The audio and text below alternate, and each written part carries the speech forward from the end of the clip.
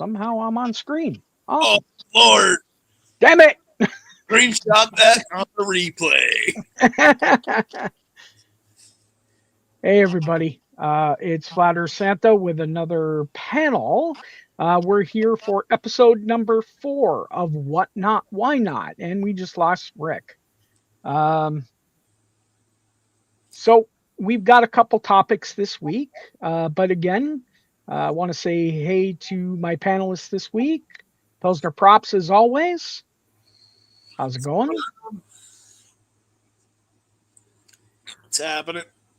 Hey, and of course, we've got a newcomer, but he's listened to the show, and he even dealt with me Random. I got kicked up out. in Toronto. Yeah, I don't know why. Yeah, that was weird. We've got Alien Warrior. How you doing, buddy? What's up, everybody? I do a show and whatnot too. So I'm one of the sellers here. Met Flat Earth in person at a con. I don't know what that one was, but yeah, glad to be here. Hello, Richard. You're back. What's up, brother? And of course, we've got man. There we go. we've got Richard Soder here as well. How are you doing tonight, Rick and Mel? We are doing fantastic. Awesome. I don't understand your accent. Isn't it fan-fucking-tastic? Fan-fucking-tastic. Boom shakalaka. Yeah, so this week we've got who's in the chat right now? Who we've got? Well, we've got Random Reads. We've got Kevin. Hey, Kevin. What's up, everybody? Hey, Matt. I'm surprised Hello. Matt's not here. Doing a show?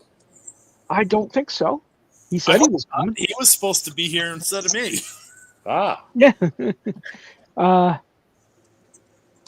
Well, the topics that we've got this week, the very first one up is buyers giveaways. So we talked about giveaways last week, but we're going to talk about buyers giveaways this week. What constitutes a good buyer's giveaway? What sort of price range should you be looking to use for your buyer's giveaway? Stuff like that. So what do each of you do so far for a buyer's? who wants to start? I don't mind to start, guys. I've done a couple free giveaways, but I've done a buyer's giveaway as well, and I think I gave out a mid-key, like some uncanny 100, something like that. But I think I had about 10 folks in the show, and I wanted to make sure, I guess that they were happy with it, because they're going to actually, you need to buy something in order to get to qualify, right? Yeah. And for me, I've done some in the past, and it all depends on the type of show that I'm doing. Like, I'm going to do one. I have a mega show part 1 Sunday, and I'm going to have a big fucking one for that one, just because I know that I'm going to make like thousands and thousands of dollars. That being said, the book's going to reflect that as well. It's not going to be a 9.8, but it's going to be a major key. I've done in the past when I was first starting out, and this is pay attention to the people that are starting. Be wary of that, because you can give a $50 book away and not necessarily get the refund that you're looking for on it. Make sure that the show is going to reflect the book that you're giving away, if that makes sense. Absolutely. So you're correct. And I've seen some guys do some tactics lately. Some I don't agree with, but they'll take a very big book. Yep. The New Mutants 98 is buyers. But they're actually, some of them are doing some switch or just devious baiting to get buyers. But they're setting a metric on the buyer's giveaway at 200 sales. So if you have $3 starts, Yeah. and you have mixed books, so say your average sale price is going to be $5, you can guarantee your goal is you're going to get $1,000 in revenue free fees. Yep. So if you're going to give away a $200 book and your cost on the 200 items is $300, you're going to make out pretty good. I mean, these are all things that really need to be considered. Don't like some of these guys in games where you're going to give away a $300 book at the end, quote unquote $300 book, and you're pushing people to $15 buy-in to get in the Givey, and it's a $2 book. Yeah, There's I a don't bunch of that going on lately, which that's shady business dealing, and people need to pay attention to that. If anybody's going to be watching this in the future, that is one of the things that just be careful for. Now, what I don't disagree with is, necessarily setting a limit on when it's going to be acceptable to run it. Now, I'm not saying I'm going to run shit books at that are $1 and they have to hit a certain price point, but saying, okay, if we get to 1,000 sales, that's different because I agree with that. Yeah, but I'm not going to throw a bunch of dollar books or 50-cent books up there and say I need to get to this point or we're not going to run it. And again, that's not basically you're just trying to get rid of junk and you're that's not acceptable. Future audience, which is Yep, exactly.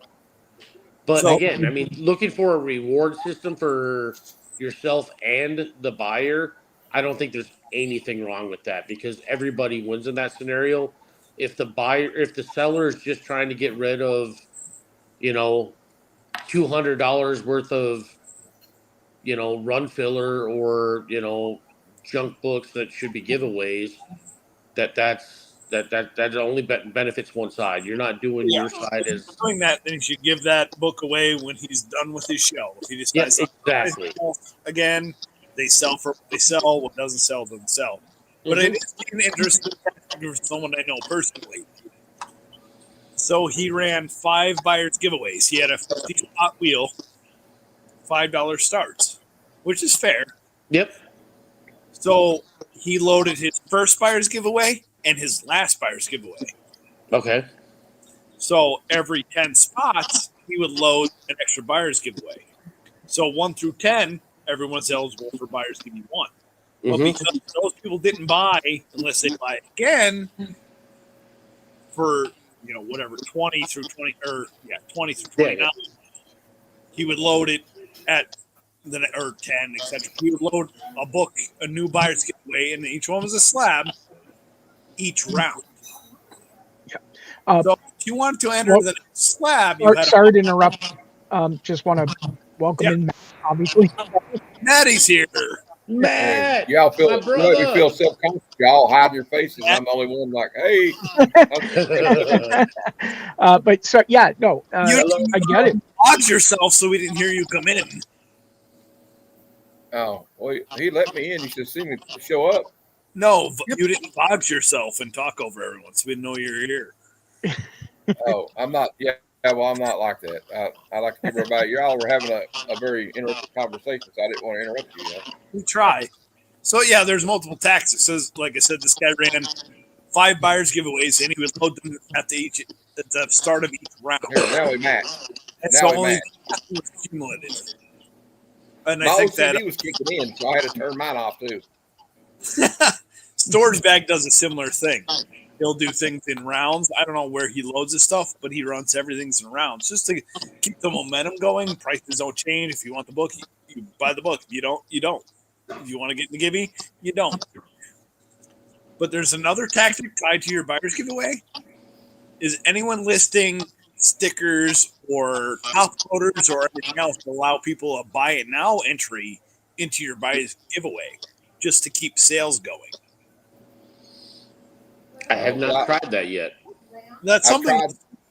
I tried the trading card thing. Well, that was just crowd Giveys, follower Giveys. Well, I did that, but I'm just saying. I just want to say, y'all just that, and it worked out pretty well. Yeah, I've gained about 100 followers in 2 shows giving away random ass cards that I don't need or have duplicates. And I spent maybe $40 in 2 shows and gained 100 followers. Okay. So In my last show, I gave away 1 card to somebody that didn't buy anything. The previous show was 4 people who didn't buy anything, and that is 30 some odd separate orders. So 5 out of 30, not a terrible ratio.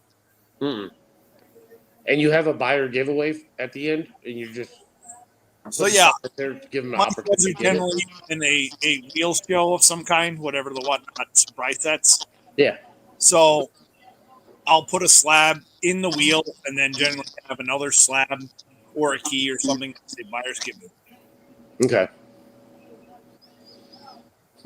Metric I've seen people do is you can have your end of show buyers give you. I don't care if it's a weird Wonder Tales, whatever. What is this sitting in front of me? A 20 weird Wonder Tales 20, brown sweat you're going to give away. It's your buyers give you. Mm-hmm. If you're running like your show, Rick, is a perfect example because you have everything pre-loaded. Yeah. You could actually do like wheel guys do and say, hey, if we sell everything that's listed, we'll also do a sellout giveaway. I kind of do that. I've done that twice so far, and it's worked out well. The only reason I've sold out is because of that. You do, Stanley does wheel shows because you have a preset amount of product. Mm-hmm. You can do an extra buyer's giveaway if we sell every goddamn thing, whatever the price is that they sell for.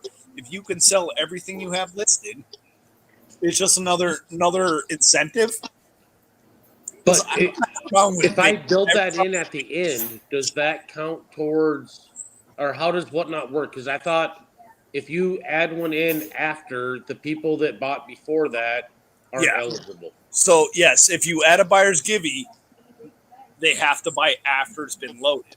Okay, so I'd have to preload that and just say if this rolls. Yep. Okay, and gotcha. Okay. There's some TOS stuff that's been very vague, but luckily they don't look at the comic category that hard. So technically, any buyer's giveaway you load in a show, you have to run. Yeah. But because of some of the form filler nonsense, I know people that are running 50 plus buyer's giveaways in a single show, and they'll run one of them just to limit how many people can enter. I've taken pictures of a garbage filler Gen X book and say, this is the buyer's giveaway in the description. Yeah. I've started now loading my buyer's giveaways as temporary listings, and I don't put any description in the listing other than buyer's giveaway. So no matter what I send them, it is now compliant to the TOS. Oh, that's a good loophole. I sent someone a cross-cut Gen X book in a bag and board with a sticky note reminding them it's in a bag and board, and that's according to TOS, and there was no description of what they were getting in the listing. Okay. And that's and I have not gotten a hit yet. Okay. I see what Yeah, because they were a form filler. They didn't even say hi. You're not getting a free slab. You can suck pubes. I mean, right. I don't care. And I do want to say, whoever suggested it in the past couple of weeks about the So how do they? Okay, I still don't understand. How do they get in the buyer's giveaway if they didn't buy anything? So in the United States of America, you are eligible for any sweepstakes without purchase. Period. If you fill out the form, right? Exempt. Correct. So the moment you post your buyer's giveaway, they can click your buyer's giveaway. They can copy 2 different numbers, go on the website, and enter the giveaway. So I also do not list my buyer's giveaways until about 10 minutes before the show starts. It doesn't stop them, but it gives them a whole lot less time. If I list the show a week ahead of time and what form? There's a form on the Whatnot website. I can send you the link.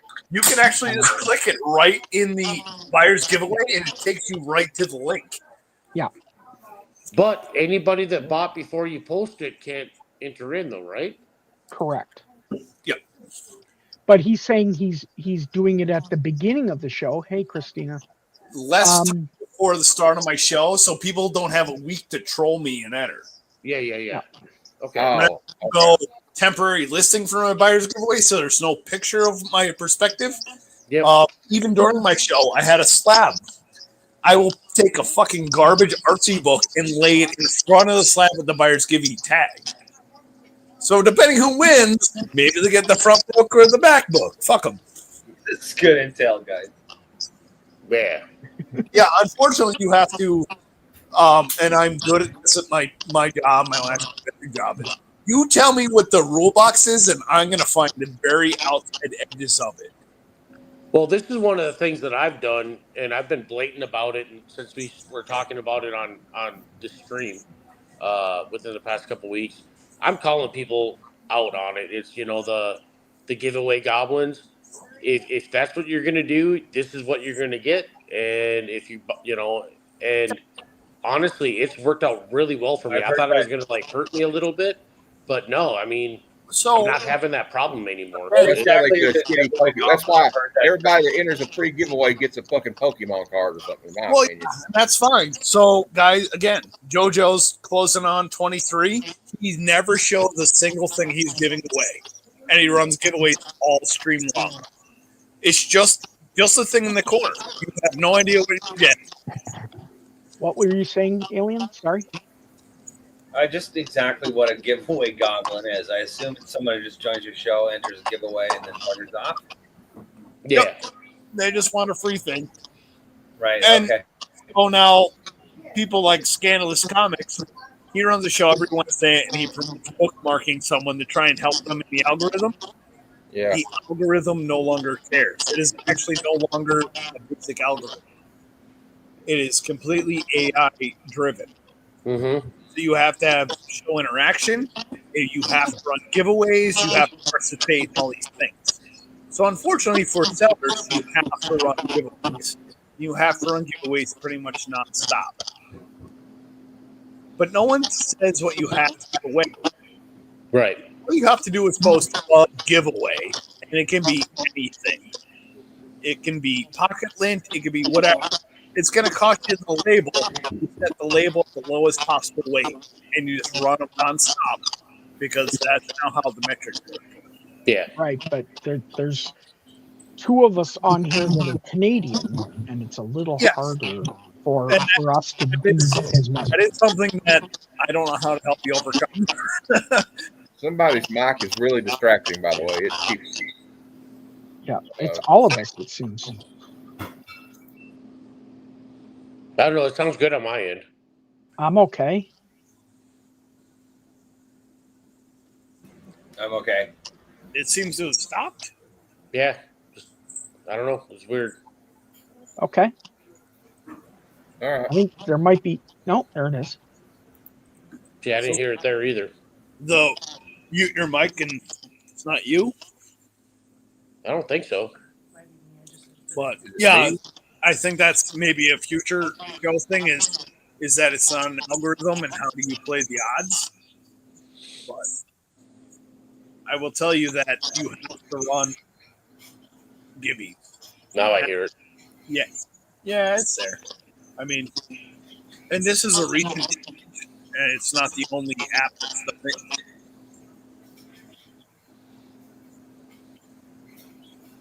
Yeah, so well, I mean, to get us back on track, I mean, we're going off, and yeah, people do grab things and they can fill out stuff, and we talked about briefly about where is that price point sit, and different ideas you can do for buyers giveaways. But And I think it depends on your show. yeah, Maddie won a Wolvie 88 from me, and it was mid grade. There's no qualms about it. I don't remember what kind of show it was, Matt. Do you? No, it was just. I think it was like one of your normal shows. I think you did like the. That's Yeah, when but you had the 24 pack, the Marvel 24 pack. Was it? Okay. Yeah, maybe, but I'm not a good example because I don't run normal shows. I drink and push things and cut things up and whatever. So I'm not a good example. But yeah, I put a mid-grade ebook when it was hot as a buyer's givey. That show, whatever I was selling, packs plus whatever else, sold out, and it is what it is. You know? Mm-hmm.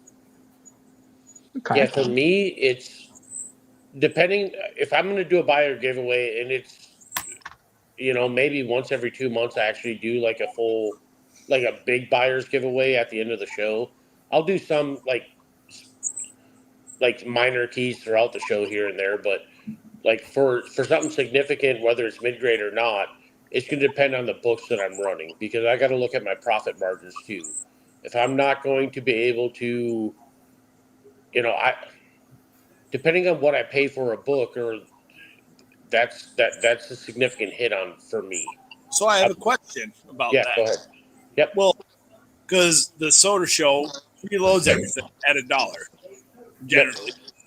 Most of your shows. Yeah, 1 to 3. Yep.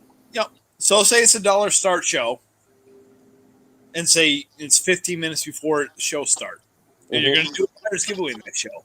You only look at your pre-bids and decide this is our target for our giveaway because you're going to know your whatever. No, I look at the books themselves. No. If You I scroll am running all these things that are pre-bid. Here's my total if nothing breaks pre-bid, right? Yep. You got 100 books listed. Your average sale price is $8. So that shows an $800 show if no one upbids, right? Yep. Do you look at that metric before the show starts and say, all right, we're going to take, if it's an $800 show, we're going to take this $50 key and run as a Giveys? No, I'm not that technical in regards to that. What I do is because I don't run show. No, I should. You're right. That makes complete sense. I'm asking questions for myself, but I also want to make you think because I go, if Rick and Melly are looking at their show 15, 20 minutes ahead of time, they go, all right, pre-bids are going to put us at this number. Say it's $1,000 with no other counter bids, and our investment's $600. You can't put up a $200 buyer's giveaway. It doesn't make sense. Yes. But maybe that's something you start looking at because if you have a $200 buyer's giveaway at a show that has $1,500 in pre-bids, your cost is $700. And you know you might get a 15% increase over pre-bids, but you might get a 30% increase in pre-bids because they can win a $200 book. Yeah. No, you're absolutely right. That's something I'm not telling you what to do. Please don't get me wrong. You're right. Play the numbers guy. I've taken a location that's been in business for 40 years, and I've been there. The first would be my 2-year anniversary, and I've taken them to make more money than ever. I don't even deal with customers because I just play numbers. I gamble with their money all day long. I can't do it for myself, but man, if someone else on the outside asks me, I can look at their shit real quick. Yeah. And it's still a gamble because you can take that same show and put up a $200 book, and half the people want to cancel the bid. I mean, or the payments don't go through. That's another problem. That's going to happen, but there's a gamble to be made with. We have a $1,500 pre-bid on a $600 investment. Do we put up a book that will drive people? Because I've been to the soda show. There's nothing there that ever sells even close to fucking FMV unless I want to bid up Santa. Right. So, I mean, you're not wrong. You're driving people to pay closer to market value because if they're not paying 20% under market value, they're not keeping it. If they're paying under that, they're trying to flip it anyway. Oh, yeah. Yeah. I don't want to bash collectors, but I want to drive flippers that are hurting us out. Right. Some people here might be flippers, but you still love the books. And somewhere in there is a difference. Yeah. Oh, I probably should act more like a flipper instead of somebody that just loves the books because that's why I don't sell some things because I'm not going to let it go for lower than you know what I mean? That's why I started at what it would start like. So you might as well just buy it from eBay for me, I guess, because I don't know. You're looking at the book with heart and dollar. You're not looking at the show with total. Yeah. Right? Because what does Costco sell? Not fucking hot dogs. What do they sell the most of? But if I have a book that's signed by, like, say, Mark Spears, I'm not going to start that shit at $3. I would. I'd See, give it yeah, away. yeah, but 5 people in there, hell, fucking no. Ain't no, way. see, that's the thing, though. You had 7 people watch me cut a fucking FF pack apart. Yeah, and that's where I do better in my $1 to $3 shows than I do when I actually like Yeah. my week shows when I put up a fairer market value. They do better. Our Sunday shows $1 to $3. We're hitting our fucking target and blowing it away. During the week when I have like different value amounts on them, it's not as good. I'm not selling as much. Now my totals are decent, but I'm not selling as much volume, and it's not equivalent. It's like it's 3 steps forward compared to 1 step forward. I would rather take the 3 steps forward where I'm still making more of a profit, starting them at 1 to 3, because that's where the engagement's coming from for me. Again, I'm just speaking for me. So Now, a $15 book, if I started at $1, I those might get $13 on it. Where if I started at $15, that shit's gonna sit there for weeks. Sure, I'm but not getting my money back. But you're correct, Richard. But the problem is you've cultivated the people that are going to come and upbid. Whereas originally you were getting your ass handed to you that they were going for $1 to $3. Yes, but again, I think that's part of. I mean, with But again- anything that you do, you have. I mean, there's a. And again, I'm not saying I did it the right way, and because I didn't, but I mean, you have to earn your stripes. You have to get the people in there. They have to know you. They have to trust you. They have to trust the grading. They have to, have that engagement, that comfortability. Because if I didn't build that, I wouldn't be where I'm at today. Now, did I sell books that I shouldn't have been selling at that point? Absolutely. Yes, 100%. I should have been smarter, postponing books and, saving them away, squirreling them like a nut but I didn't. But were they on your Sunday show or the shows you're not doing as well? Both. And again, we jumped around days a week. We had to find our niche, and it took time. I think what helped us was stubbornness and the fact that we were in a position where we were able to do that. But again, we didn't do it the right way. We should have squirreled books away and saved them until we built up better. Well, because we still had other quality books we could have sold. I didn't. I still have Richard. I still have PTSD from when I first started last year, and I was running like Avengers '87 for like $3, thinking my dumbass thinking I was going to be like Comic Con or something on there, and people were going to bid it up, and then like I lost so many books that way that I'm just like I'm not going to do it anymore. I know maybe I should, but I don't have the book. Yeah. But and what I did that's have the other success thing last too. week was getting rid of junk in a flat rate box sale. Again, Matt, this is one of the things I keep bringing up, and Mr. Melly, you're going to deal with it too. Are you looking at it per book? Or are you looking at overall show with books listed? Yeah, because that's the thing too. With me, I highlight my thumbnail is the highlight of what's going on in the show, and I throw in other books that I need to get rid of. I'm not saying it's all run filler, but other books that if I would have done this in the beginning, I would have done way better. You throw in 10 books. You had a Death's Head 1 at a fair price, and if I have 5 of them, I would have bought it. Yep. Yeah, and again, that's where I had to learn the hard way. But highlights, I mean, throw in some big books, throw them in there, let people ask, make them wait, and let them savor on it. Drag it on. Yeah. But again, and that's the error on me. 100% on me. I didn't do it right in the beginning. So much focus on per book sale here. And if you're running a show, you need to look at your overall show totals and margin. Mm-hmm. Because the thing that's forgotten is a very tried and true technique that every huge company does. It's called a loss leader. Yep. Right, Matt? What are you doing for Loss Leader? The what?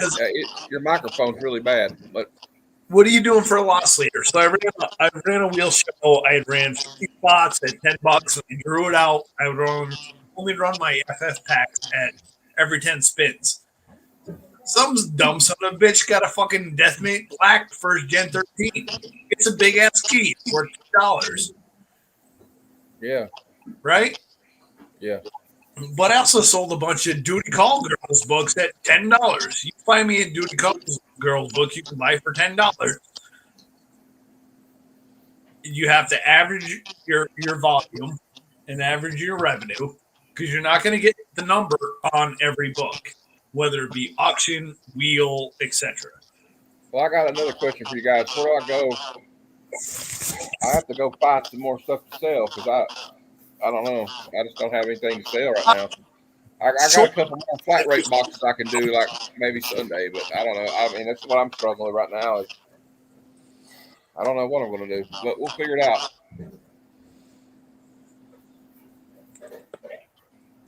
Matt, I've got short boxes of shit if you want them. I got about 200 Gen X books. You can figure out how to move.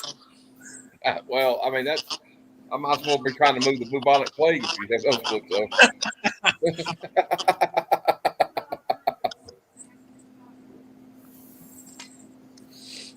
I don't know, and I know we're completely off topic right now, but Matt, my recommendation is have a variety and list them. Set expectations low. As people come in, you're going to have a buyer that wants a book, and then if you have 30 people that swing in off your listed books, you're going to have 30 people that's going to find something that they're looking for, whether they're starting it out or not. And Flat can attest to this. When you get certain buyers in there that start bidding, people are going to start looking at, oh, this must be a good book. And they're going to start fucking outbidding you. And Flat deals with this a lot with some people. It's It's like what the book is. thing. Yeah, they're like, oh, this must be good. And then they start bidding. I've used that tactic in probably the past 3 weeks in mine, based on a conversation Flat and I had. And it works. And you just got to be able to manipulate's not the right word. You have to know, Jeff's here. Yeah, what it is that you have. Give a good variety and be patient because people will come in. If you got things listed, you're going to have somebody that's going to want what you have, and that's going to perk somebody else up. And it's patience, man. If you say you've been doing this for a year and a half, that's the exact point where me and Mel started picking up. Yeah, but I think that Matt needs. But you didn't take off 6 months. You didn't have a 6 month hiatus. See, I'm starting over, and I changed my name. Actually, we did. We took a 4-month hiatus when Mel took that job in Tennessee. Right. Yeah, Okay. we had to. And then finally I said, fuck it. I loaded up the Yukon and we went down to Tennessee. I was running shows out of the hotel room.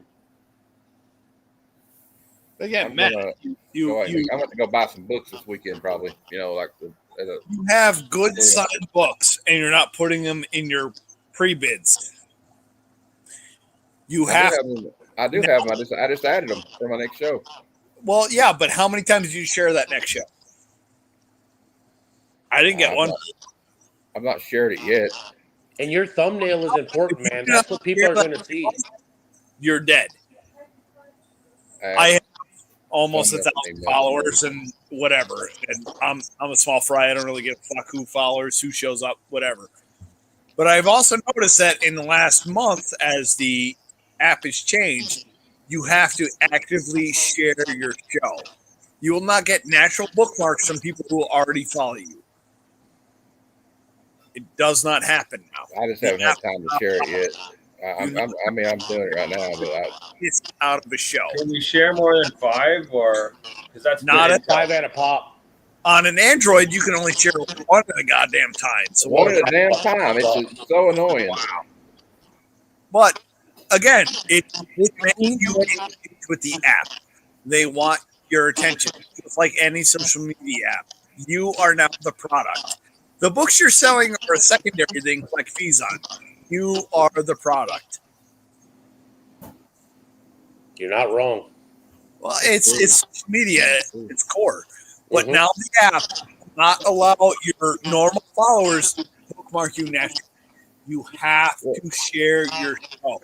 I've been doing it like I do it like on Instagram, Facebook. Everywhere. I share Everywhere. it everywhere I can. Usually, Which is you are selling yourself though. It's true. Like we're uh, not buying books. Jay We're Bliss is a good example. Everybody goes in there because he's funny. He talks to everybody. He engages everybody. Pilsner does the same thing. Richard does the same thing. Rick does the same thing. I'm sorry, Richard. I keep calling you Richard.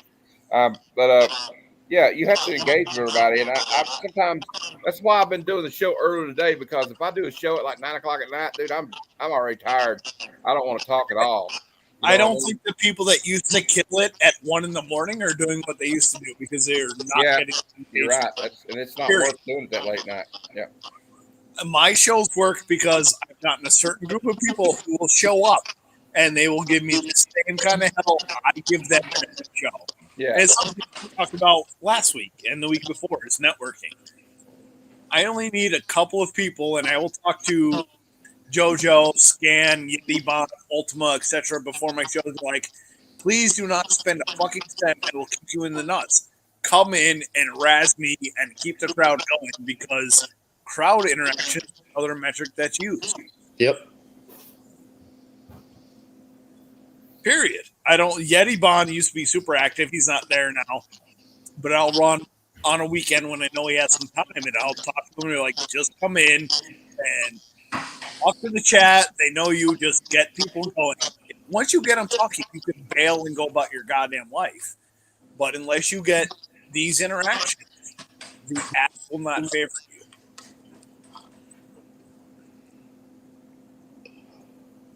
I mean, again, and I'm not biased. Go to a goddamn JoJo collectible shows. Look how Weldon interacts with the chat. Look how they interact with him. And he runs nonstop Giveys. It is the model on what you want to do for growth. You don't have to do the same style. You don't have to run the same stuff. He is the man, has figured out the app day in, day out.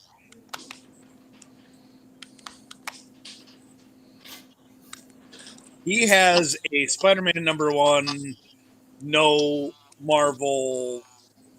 What the fuck is the mail wave? The error variant, and he's gonna shit his dollar. We don't all have luck, but he's got to the point where he's gonna gain 1,000 followers that show when he wrote that book, whatever it sells for. Marvel value stamp. No Marvel value stamp error. That's what it is. Yeah.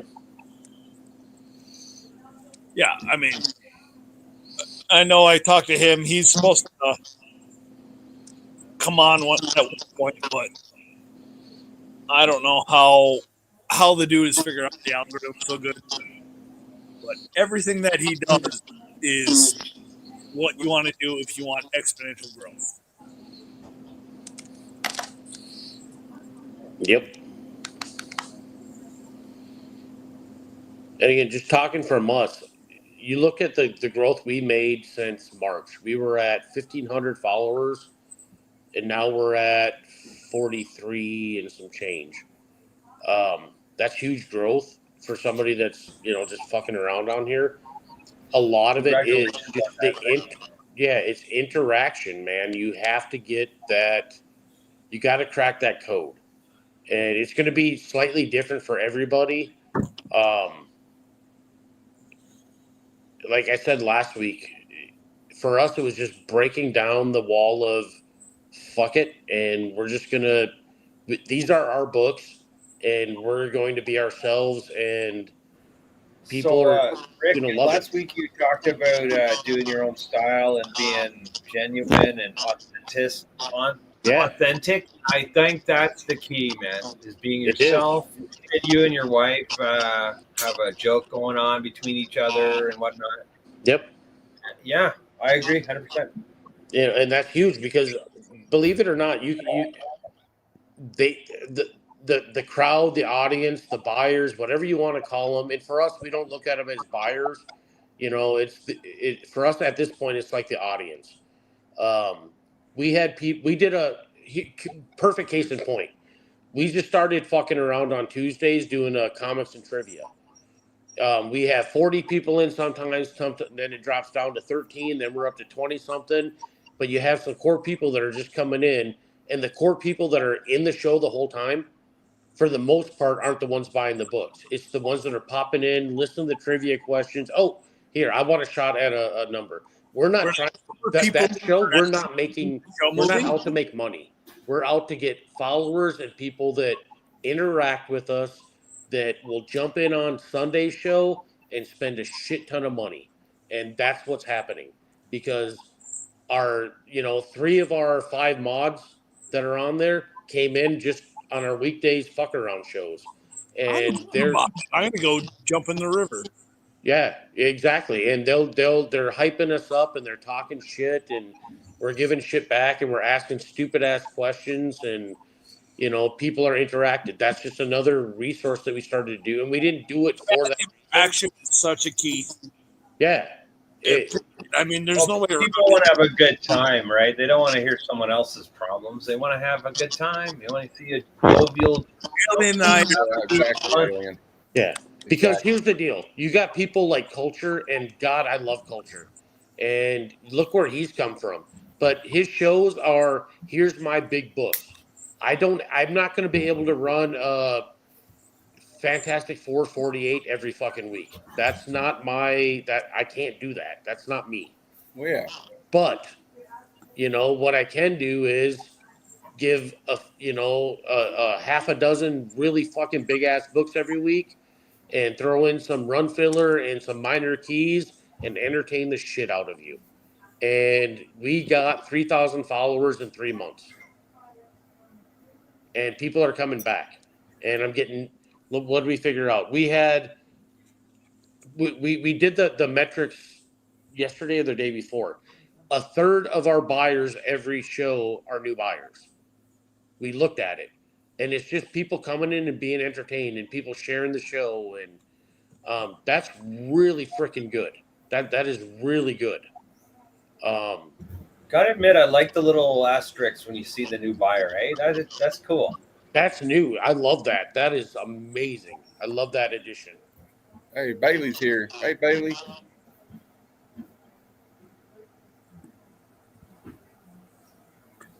So, Rick, you were saying in your Tuesday trivia show, Yep. you have 30 some odd people, and you have a handful of mods. Yep. But the new buyers or new people coming in are your new buyers. Yes. The people, your regulars, pushing your chat ahead. Are they keeping those people engaged? Are they tagging them, saying, "Yo, hey, so?" Yeah, and that's the thing too. It's talking shit. Zilla is a great example.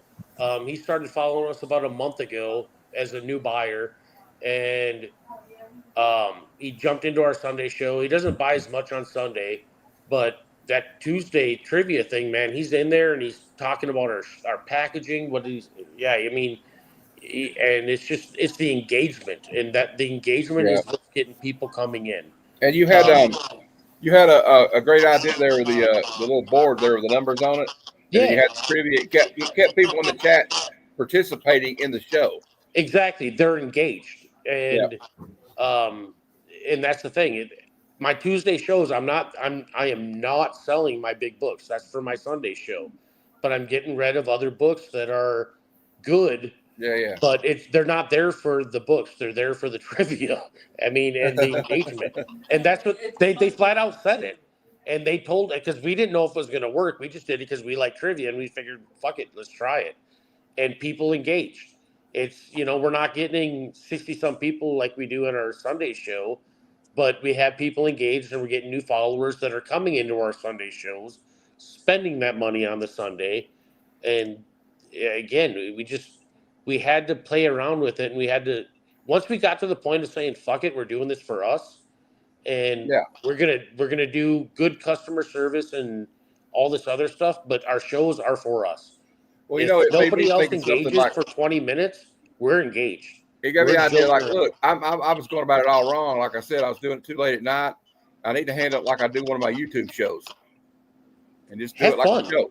Because if you can't just do it like, oh, I need to sell this to make some money, you got to you're trying to get everybody in there involved.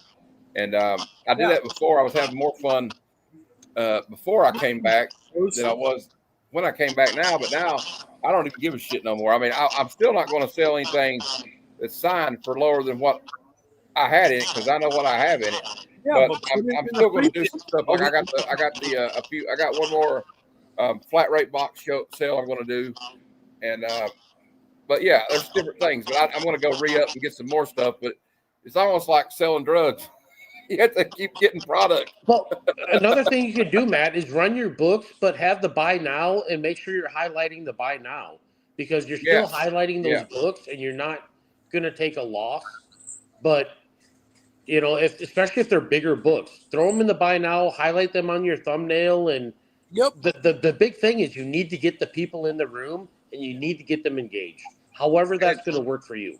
Yeah, and you know, also I noticed my friend Murder Death Kill, he'll just do a show where he'll have it running. Oh like yeah, Joe Rogan I love that in the background, and it'll have like just a bin. It'll have a sign that says "check the bin." But I don't. But again, with the minimal conversation I've had offline with him, I can't tell you how well he's doing with that. You know, some people I know in the past have done really, really well. Just throw it I up don't know in the how buy well he's now, doing, just pick. but he still does shows too. Yeah, I go into those shows and I go completely back out because I'm like, if you don't not willing to spend the time and the effort, me too, to run a show, you're not the type of person I want to be buying from. Yep. Yeah, I know And again, but you can have minimal success with that, but you're not gaining anything from that. Yeah, the app is not going to favor you, Matt. Exactly. Take those fine books, list them a week at a time, share the piss out of your show. When you're talking about other books before you start, pin those books so people can see they're in the listing. Don't run the book until it hits your pre-bid amount. Okay, yeah, that's what you mean. Yeah, that's a lot of the reason where I don't get it is because I'll do it last minute and I don't share the shit out of the show. Yeah, I do that too, Glenn. I do that too, and I know I need to do better for that. See, I'm torn on that because share. Up until this Sunday show, I haven't shared a show in a long time. I did this Sunday just because I need it, but other than that, help you if you not share it. Your normal followers and you what are you at 5,500? You might. Oh, go ahead. How many followers?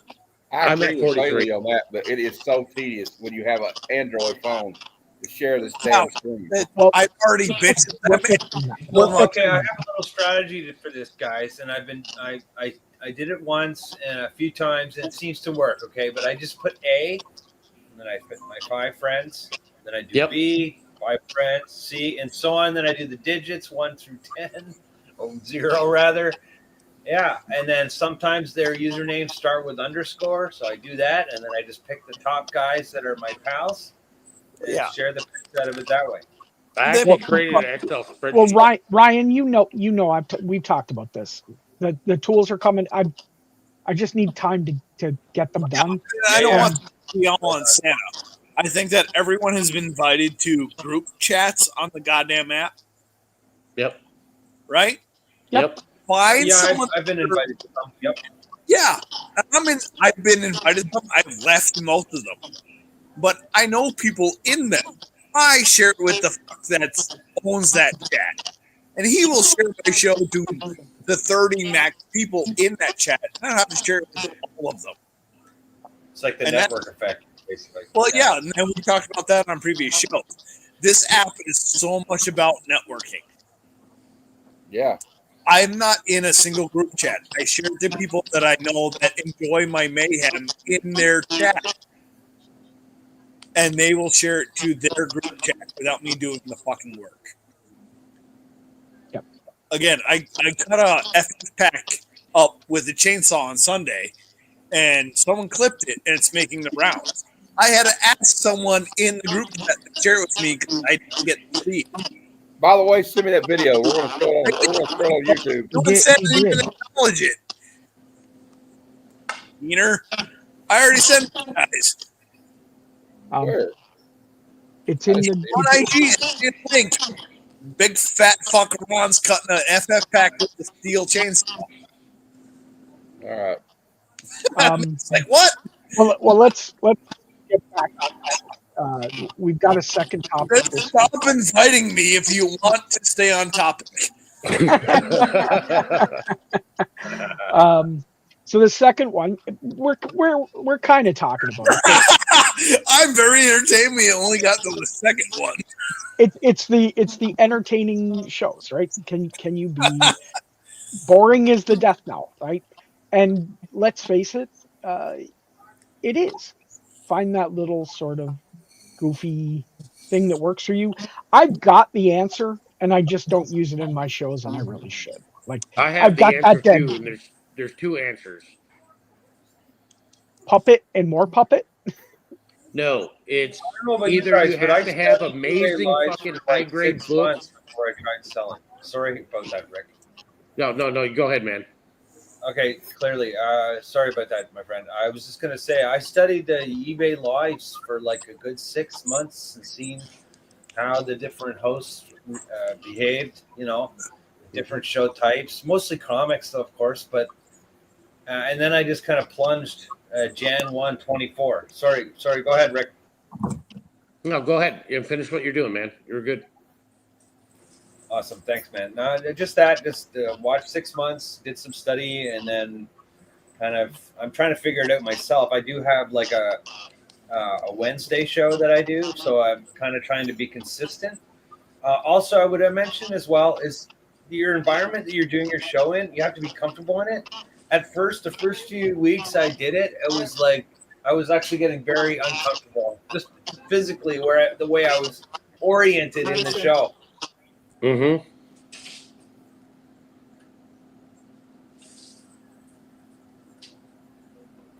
That's all.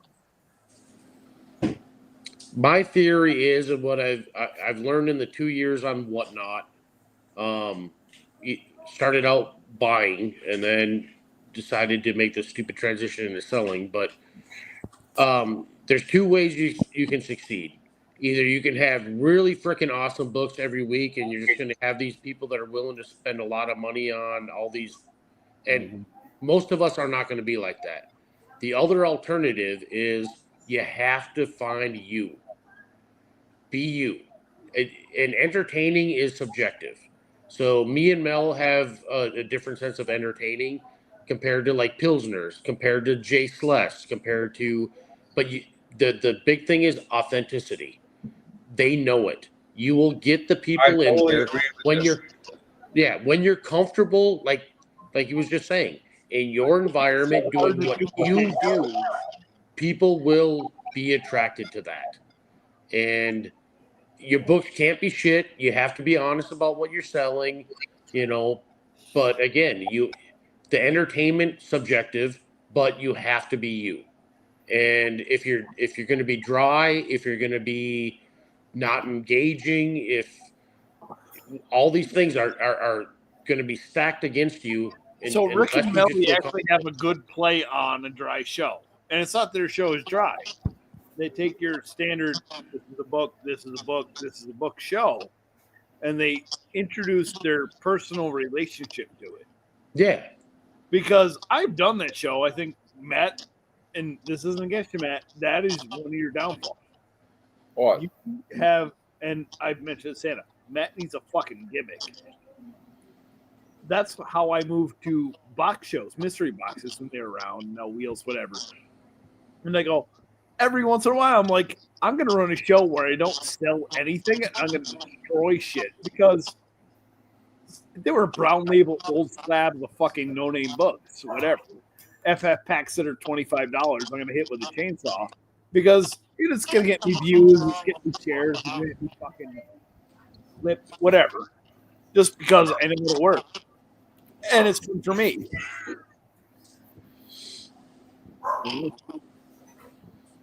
Yeah, there's no one answer, but the only answer is being authentic and figuring out what makes you comfortable. Because once you're comfortable and doing whatever it is that your niche is, again, you can be dry as fuck. You can be, whatever it is.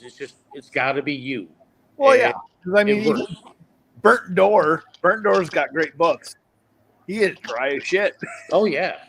Like, there's no doubt that dude is monotone and boring. Love the Yep. dude, love stuff from him, but that's why I go in there and I joke around with them and I'm like, oh yeah, I'm here for payback. Boo, you suck. You suck. Boo. Burnt Door will play back, but on his own, he just doesn't have it. Mm-hmm. Well, that's a lot of my problem, and I think that might be a little bit of Matt's problem. Is that he needs that interaction with the playback. He's better. People like us are better with Because You know, I've been his. Truth is, though, it's hard to get that interaction. If you're not getting it back from the chat, I don't want to say shit either. Well, yeah, but so we talked about this in our IG about the drinking on chat, right? Maybe a future subject. I am terrible on the internet. So I won't say a goddamn thing. The girl I hang out with, same thing. Like, I have to drink to be around her. It's not her, it's me. Because it opens me up. And I can make jokes that I might be afraid to make. And be worried about the consequences. And I'm like, I get a couple in me. I'm like, fuck the consequences. Yeah. Sales. And Like- for me, same thing. Obviously, I love my alcohol because I'm drunk right now. But that being said, the other thing is music. You have to have that music there because if the chat's dry, I'm still going. If I have my pump music, it's same thing with like working out or whatever, fucking even. If you've got that music going, no matter what's happening, you're going. You're going. You gotta have a rhythm going on. You gotta have a rhythm Exactly. going on. And like, if the chat's dry and you got a music that you're feeling and it's keeping you going, you might have a 10-minute dry spell, but you're still strong. You shouldn't have more than a 10-minute dry spell if you're doing you. No matter what. People are going to come and go. You've come to several of my shows, Matt. And a lot of my music, same shit. Well, that's why sometimes I'll just step around and start singing along. Like I was singing Ozzy Osbourne songs yesterday.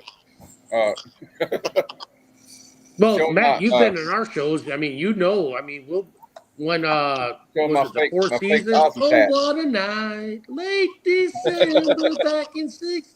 I mean, we're jamming.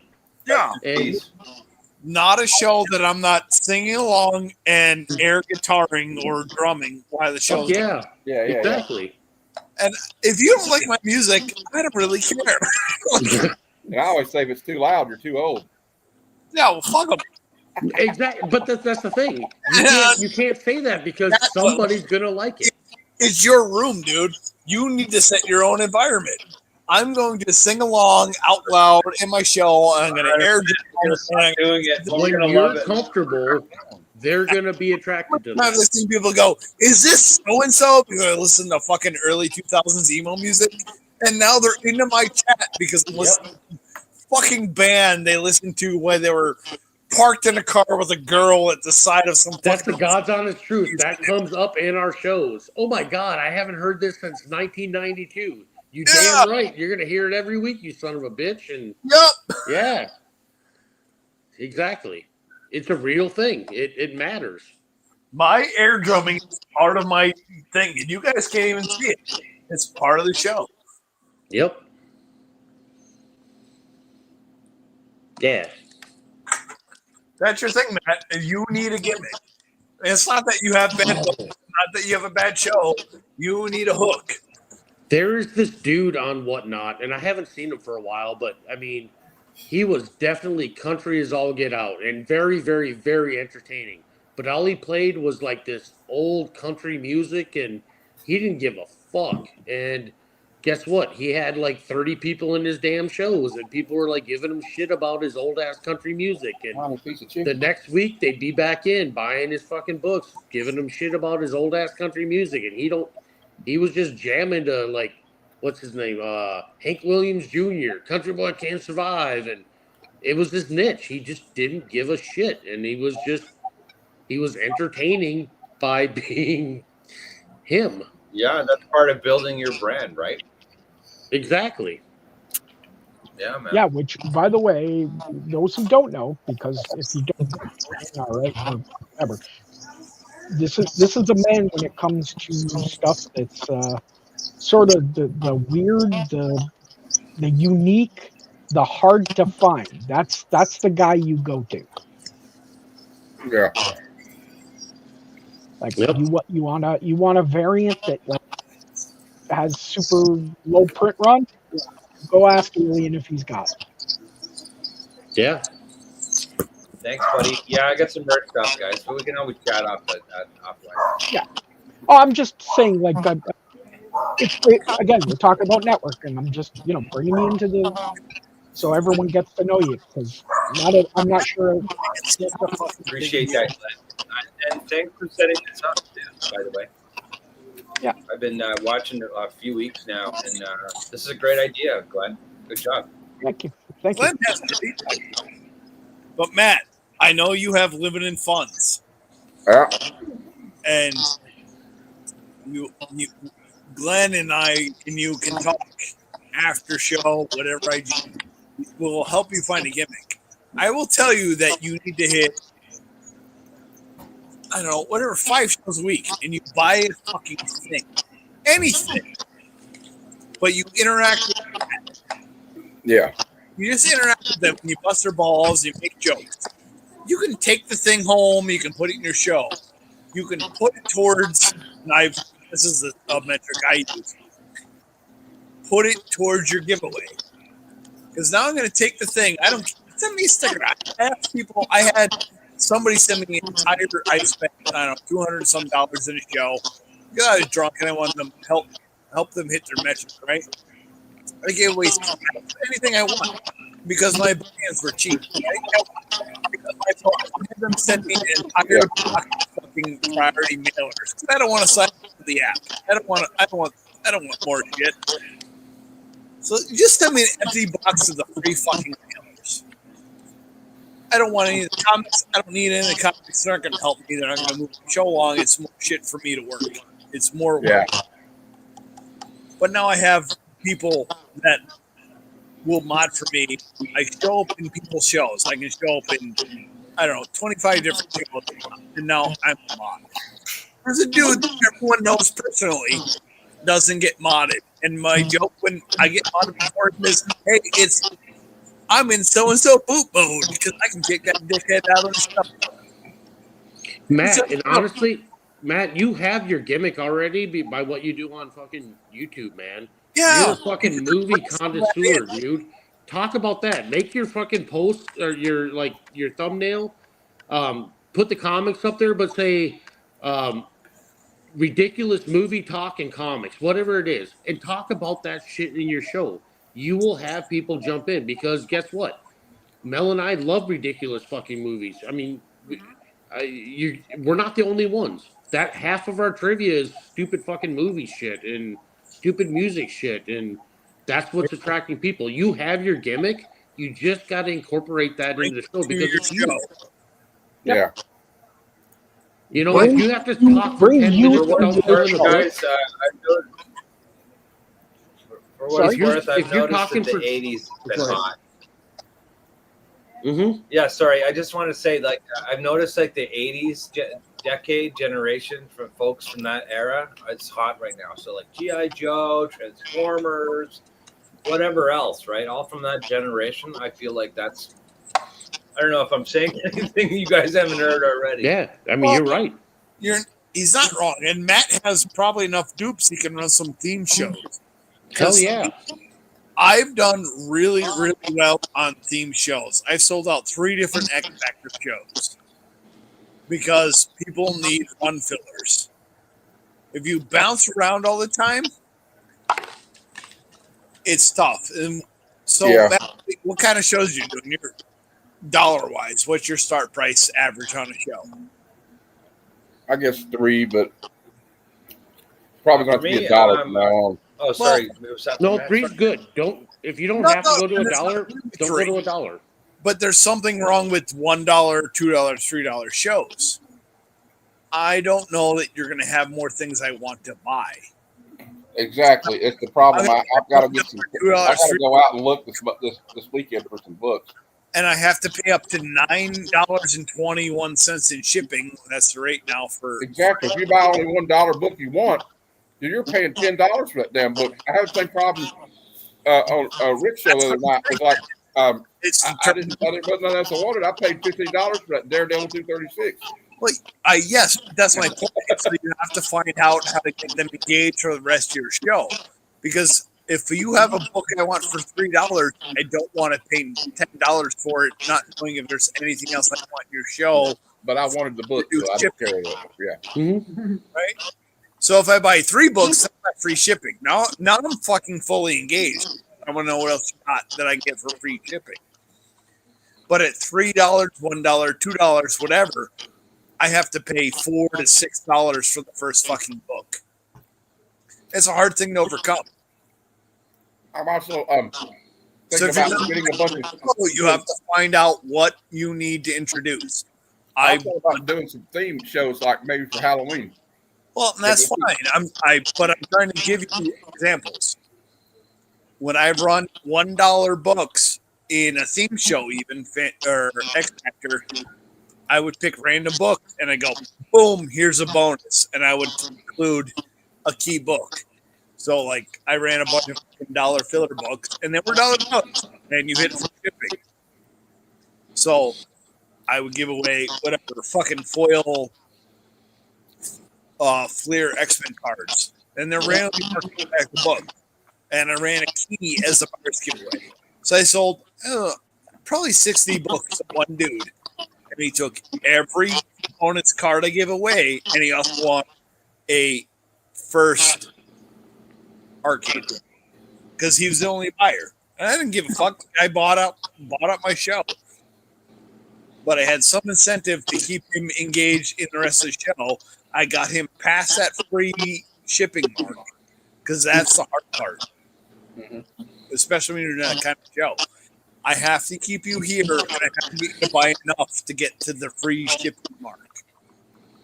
Because if they're looking at one book they want, and it's going to cost them $10, and there's nothing else in the show, You're right. You're done.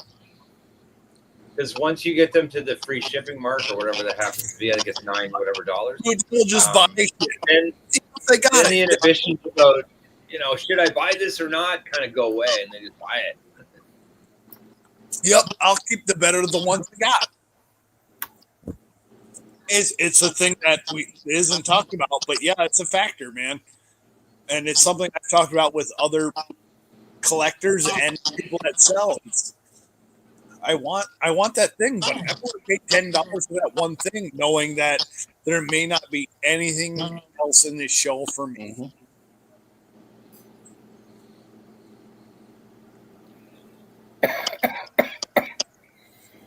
Well, we're going to see if anybody in the chat has any questions that they'd like answered before the hour and a half. That's been We should move on to subject 3. Well, we are. It's only an hour in.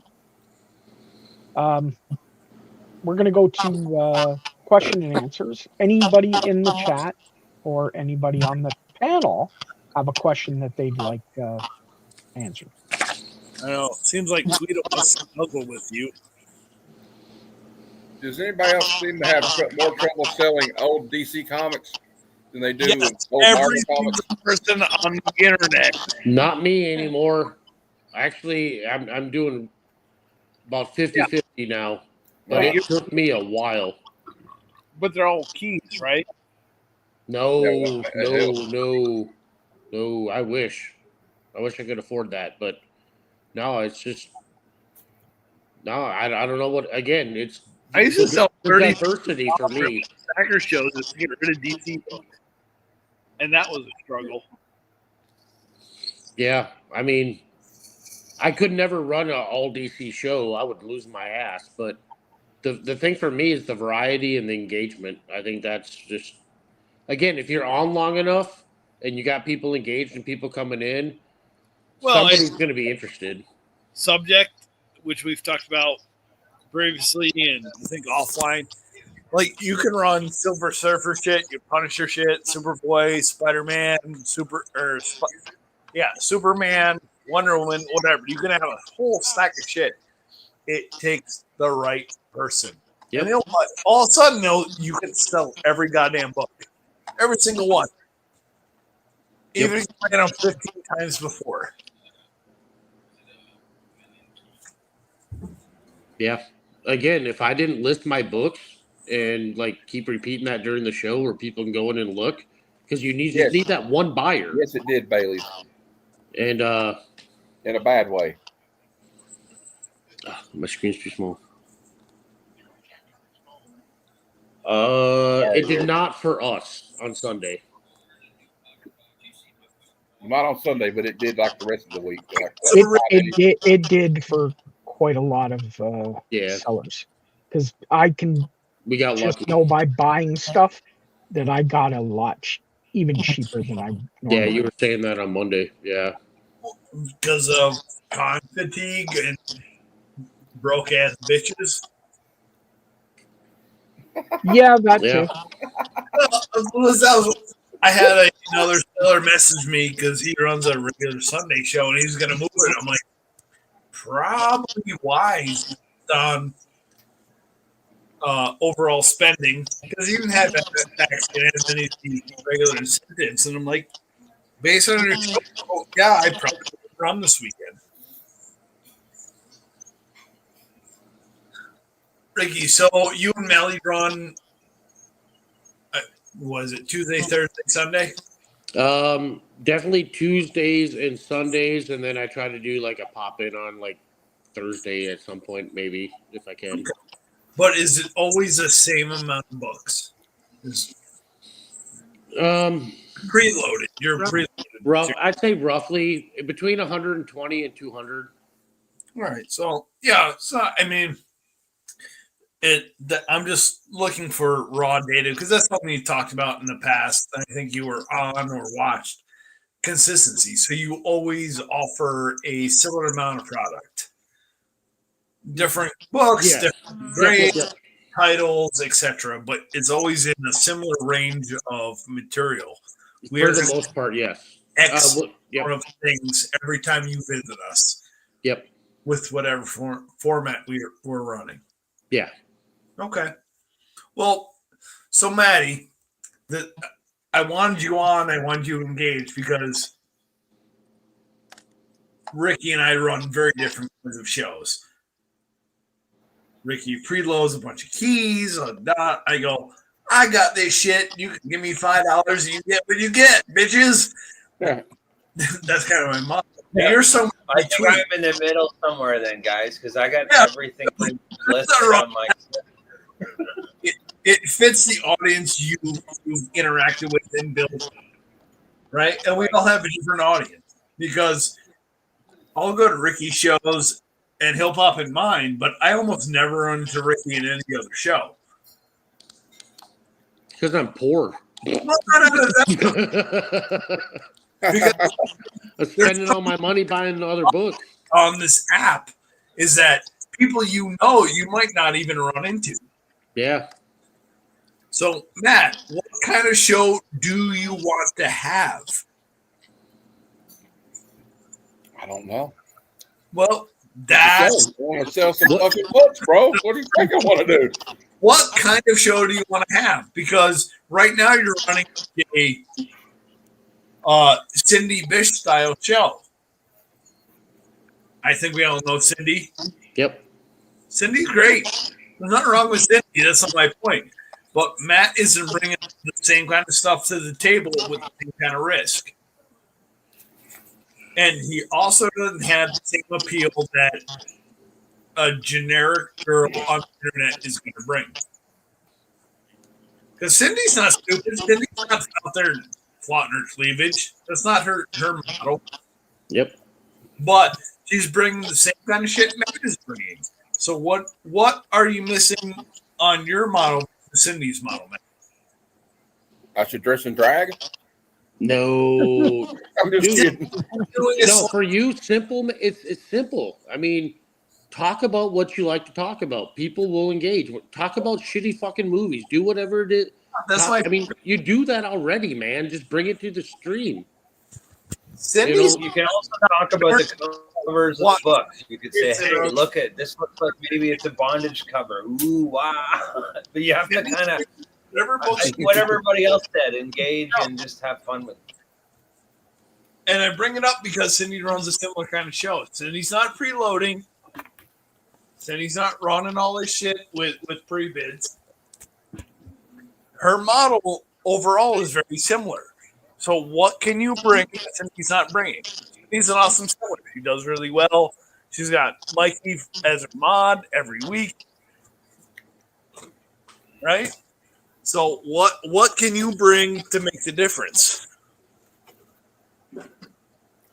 I don't know. Maybe I could sell some. I'm not saying to compete with Cindy. I know what I can ask. Yeah, 3 bags of cocaine with every person. People like consistency. They like to kind of plan their day, right? So if you have like, I don't know, a day or a couple days a week or whatever. Something we did on before, consistency, right? Yeah, we said this before. Yeah, but for sure, do that. Be available when everybody expects you to be there, right? Yes, Matt, because I have a different model. Because what is my model on this on all of the internet? Fuck it. Yep, I do whatever I want, and people have come to expect that I will do the thing when I want to do it. If you show up, you show up. But that doesn't work for fucking everybody. It works for almost nobody. I'm an introvert. I don't know about you, Matt. I'm a terrible introvert, but because people have come and expect me to do whatever I want to do it, they show up when they show up, and that is what it is. That's right. Yeah. It doesn't favor me at all. But I'm only trying to, not even trying to impress anybody, just having fun with it. Yeah, I'm not trying to impress. I get real nervous too before the show. I don't know about you guys. You get nervous before the show? I do a little. Every day, I do. Not really. There you go. There's sellers on the app that are running a similar model to what Matt has been doing, but there's only a subtle difference. Because Cindy's just like Matt. There's not even consistency there. So there's your answer right watch there. Cindy shows and figure out the difference. I think pick up the difference. Add the Matt factor. Look, Matt. Figure out whatever day. Look what DJ just said. Best and hit it up every week. Yeah, that's my problem. Is I don't engage. I haven't engaged enough because I have the last couple of shows and they went better. If you notice. Exactly. Well, yeah, but you started doing the engagement things, right? Because I'm so tired because I do so many damn YouTube streams. So the last 2 or 3 streams you were running Giveys and cards and all that kind of crap, That right? too. I changed that part too. Good. I'm asking for. I want to know the differences because everyone's show is different. You can run the exact same model as someone else that looks more successful than you think you are. Right? I would also recommend not doing it. You can do the exact same thing. It's not going to fucking work. Or whatever, sad or whatever the fuck else. If you're not into it that day, don't do it. It's okay pausing, right? Exactly. It's okay to. I've learned that too. Like if I don't feel like doing it, I'm gonna cancel the show. If you're not into it that day, that's okay. Just don't do it. They will read like a goddamn book. I even thought about giving away like old PlayStation 3 games just to make it say, "Oh, I want a PlayStation 3 game." I know it's anything, dude.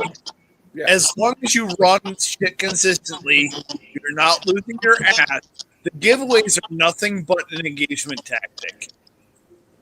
Yes. Yeah, exactly. I like to give them to new customers personally. I have a fucking. I'm gonna give a next show. I'm giving away a Funko Pop. Not this last show, the previous show. I gave about 30 cards. I gave away 30 cards in. Oh yeah, my daughter gives me these stickers. Exactly, I just kept giving away these cards and I had it loaded. I gave away 4 things to people that didn't buy. But I'm going to go. I have a spot I used to go to where I can get comics for like 50 cents a piece. Yeah. And I may just do that so I can, have some stuff just to. There's nothing wrong with giving away comics other than the weight. I don't know. I don't want to give them away. I'm talking about I'm still stuck on the resources part of it. Yeah, but again, it depends what you want out of the app. Do you want to be a comic book store? Well, you have to have merchandise, or you can't be on there. But Because if you keep running the same books over and over, they don't sell every week. Nobody's going to come back. Everybody knows that. I bought like, I don't know, 8 or 10 different things today, and most of it I could, whatever I'm getting, I could probably run a show out of. I'm not going to be a comic book store. Period. It's not going to happen. But if you don't have anything to sell, then why are you doing a whatnot show? Well, here's the deal. If you're looking at it to go in to sell books, that's half your problem right there. Yep. Yeah. Okay, but what if you don't have anything at all to sell? What I'm saying is, I had a blowout sale last week, and I don't really have shit to sell anymore. So then why are you selling Whatnot? What is your goal for Whatnot?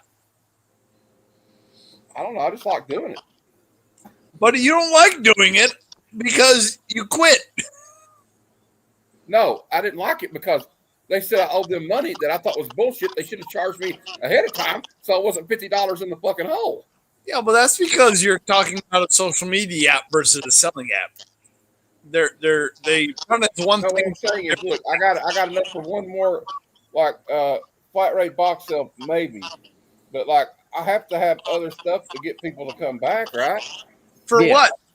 For what? But you're talking about buying inventory to run another show. So are you a comic book store or are you not? Well, Are you I don't know what you're doing if you're not a comic book, at least a seller.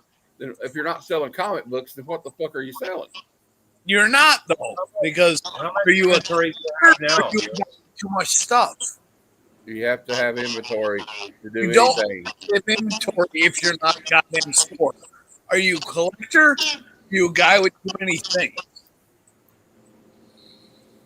Well, then I mean, what's the point of selling if you don't have anything to sell? But are you a seller or are you a collector with too many extra things? No, that's Well, what he's trying to ask you, Matt. Matt, he understands what you're getting at. He what he's understands trying to say. because I joined the app as a collector and I got hooked on the goddamn fucking mysteries and the support things and this and that. So I'm at the point now I can run one flat rate show of garbage filler books and be fucking done forever. Right, that's what he's asking. Do you want to continue to sell comic books? I never run another Yeah, show. that's why I want to get more comic books. I just wanted to get rid of the old ones and get some Keep different buying stuff. comic books without buying comic books I don't need and then have to sell later. Do you want to sell on Whatnot because you want to sell on Whatnot, or do you want Whatnot because you have too much shit? No, I just want to sell on whatnot. I was just getting rid of shit. Now you're a comic book store. If your intention is to sell on the app, you're now your own LCS. So now you have to buy inventory.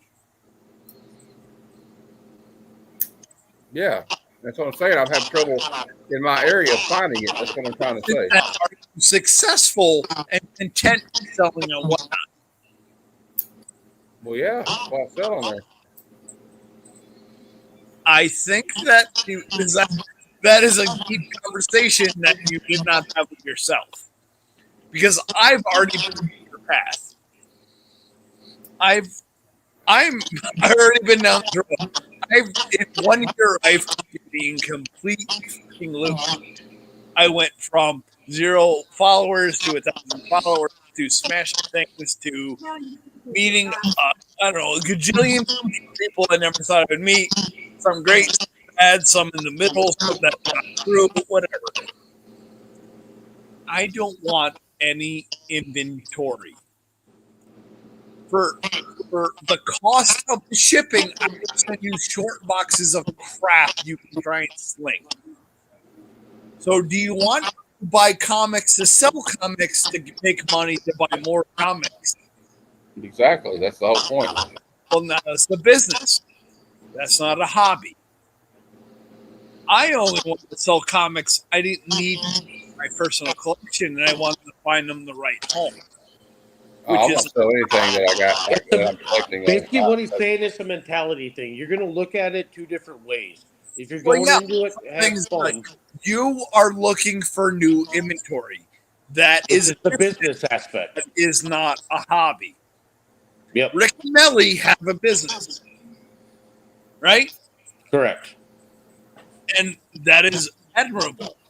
I do not envy you in the fucking least. Well, Yep. just hold on, because we're not trying to gang up on Matt. That's No, not at all. I'm picking up on that, but I want Matt no, to make, I know. But what I'm saying is, Matt has to figure out where he is it in the spectrum. If yeah, Matt, because when you I'm want a I'm business, both. I still then want you to have collect and I to want do to sell at the stuff. same time. if Matt wants a comic book selling business, Matt has to commit to a comic book selling business. Yes. Well, if anybody wants me to sell my Uncanny X-Men or Captain America collection, But they you have. want- I'm afraid I have some bad news for them. But you Yeah. can't Not write selling a them. $2 sign book and be mad somebody wanted for $3. That is not how business works. There are losses. There are Well, if you have a book signed by Art Adams and you paid $15 for the sign, losses. you're not going to sell it for $15 or $3. I'm not going to lose $12. And Right, but that's the man book to you sign shouldn't the be book. selling then. I think that's kind of the point. the point. So here's Matt. I joined Whatnot August of last year. I was super disappointed with the app because their search feature and their qualifications of people listing quality books was so low. I'm like, there's literally nothing on this app I'm looking for. I go, this is going to go nowhere. So then Whatnot is not an FMV website. no, not even FFB, just because people don't list quality listings. I'm like, I only needed these whatever X-Men books to fill this part of my run. There was 0 listings because they didn't make you list shit. Because everything was, I'm going to run this book at $3.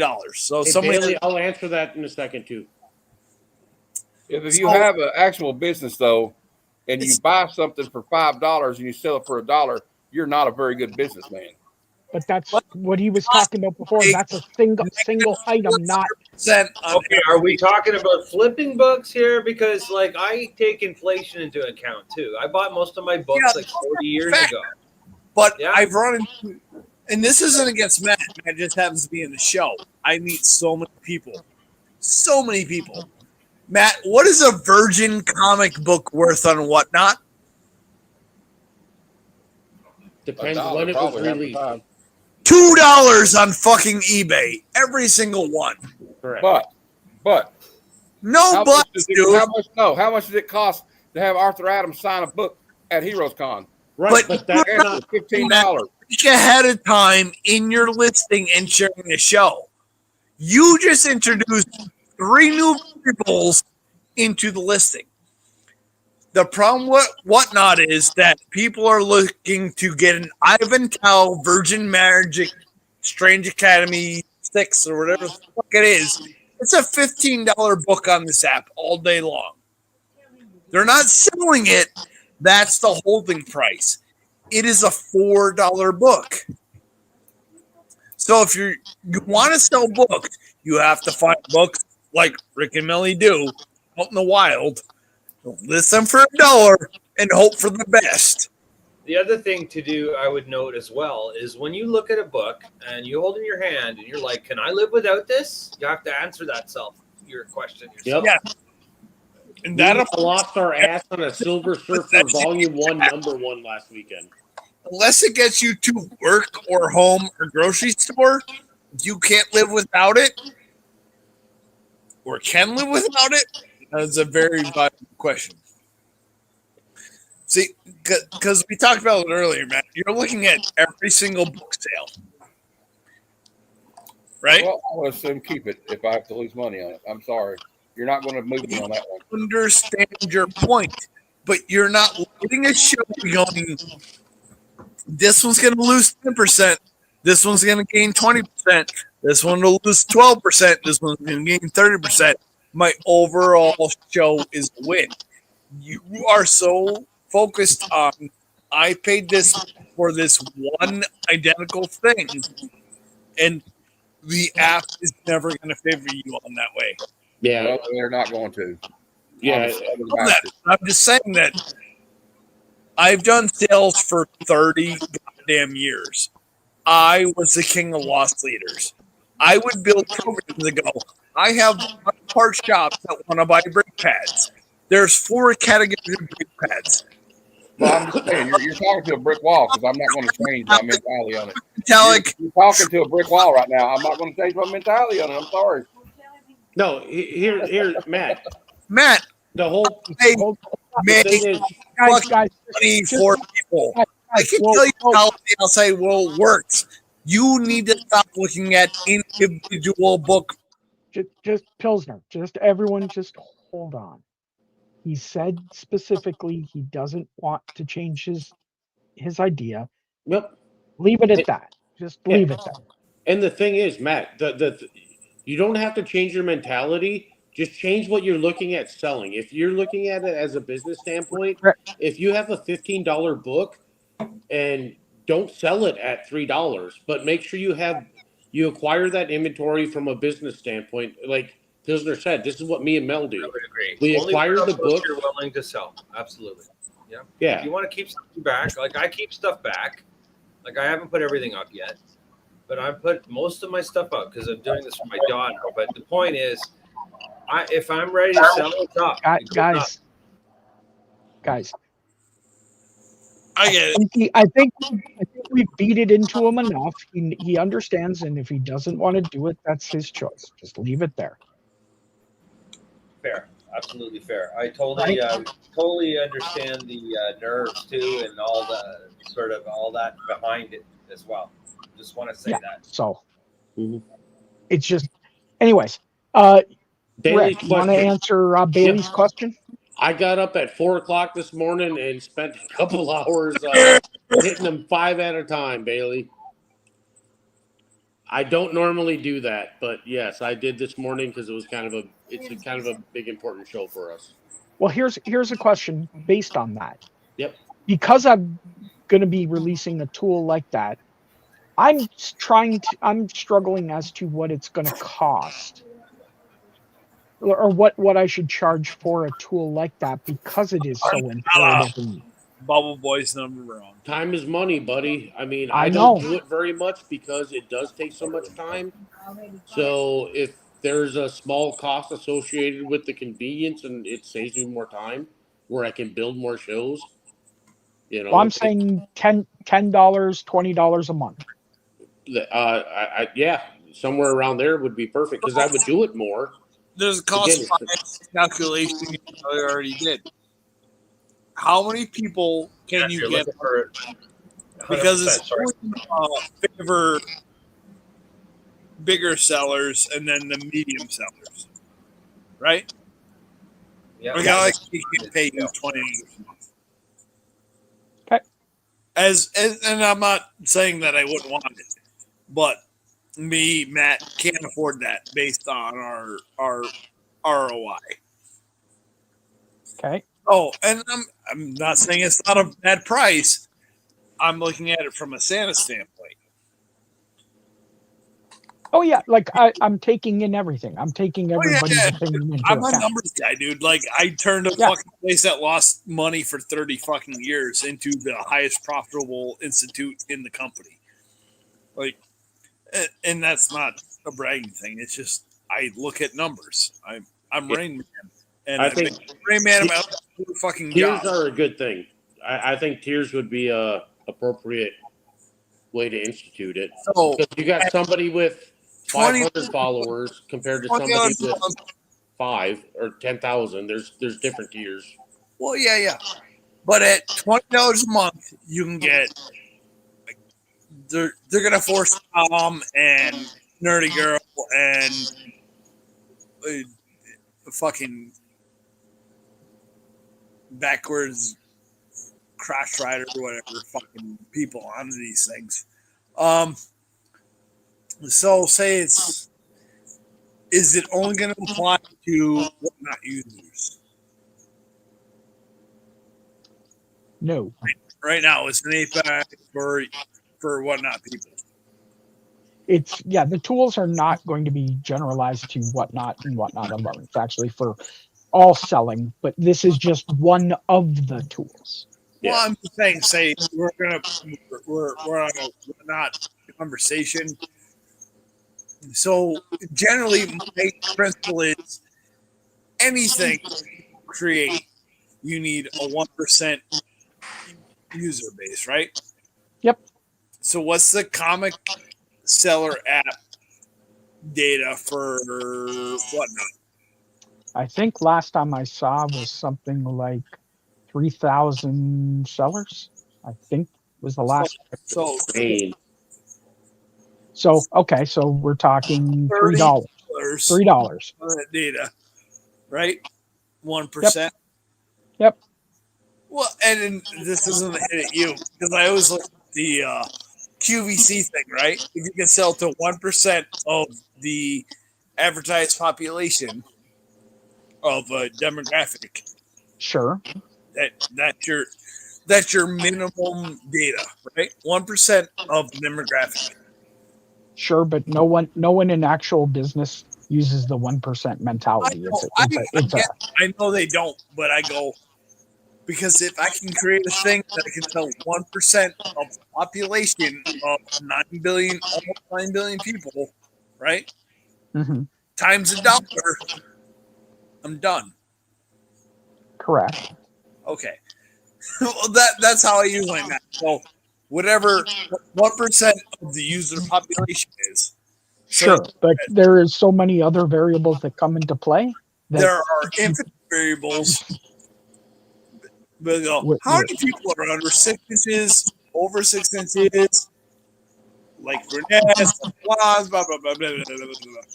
Anyways, Yeah, I know, I get it, Santa. But I'm saying, like, in a global population, which we're dealing with, is not an app that hits all demographics because no, we're terrible, introverted retards. So I use the 1% thing to judge because I know that's my minimum, right? Yeah, I think the tier thing would just probably. I mean, you do a beta test and try it out with the tier thing because you're going to have different demographics within the comic thing too. You'll probably be able to hit well with that and get a good data point. Santa can literally release this to all categories. This is yes, we just happen to be talking about comics, so I'm going to use demographic. So 3,000 sellers on comics at 1% is 300 people. Nope, 30 people at $10 a month. Okay, not worth it. But if Santa can deploy that to sports cards, sports breaks, Pokemon, whatnot, whatever's fucking rock,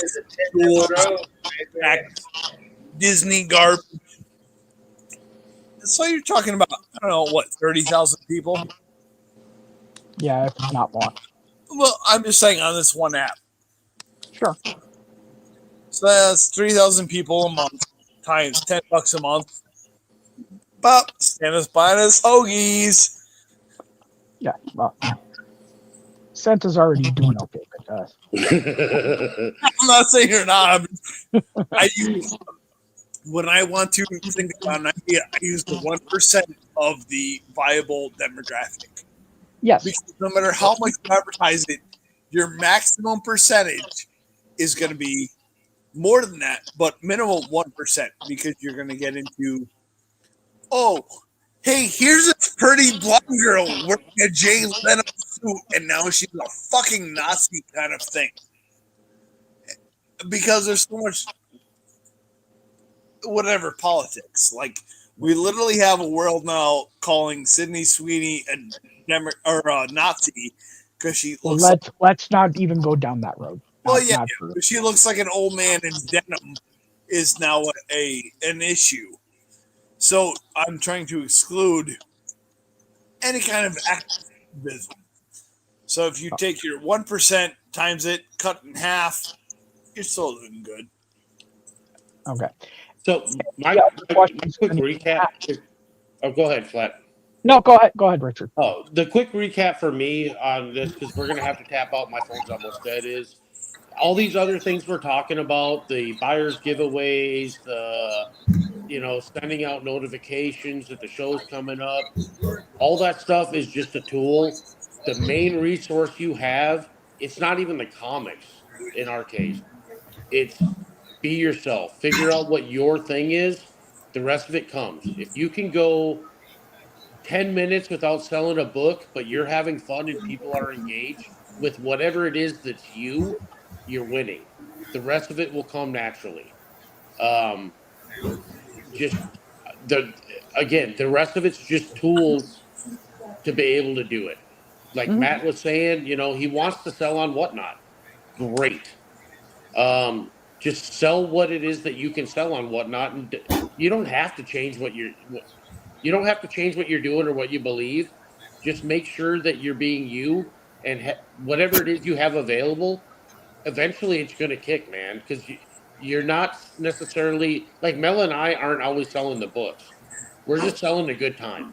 And Tuesday has proved it for us. Trivia, again, we're not selling a lot of books, but we got a lot of fucking engagement that's wheeling into the other areas. It's all tools, and you know it, you have a great resource with your movie knowledge and all the stuff you're doing on YouTube.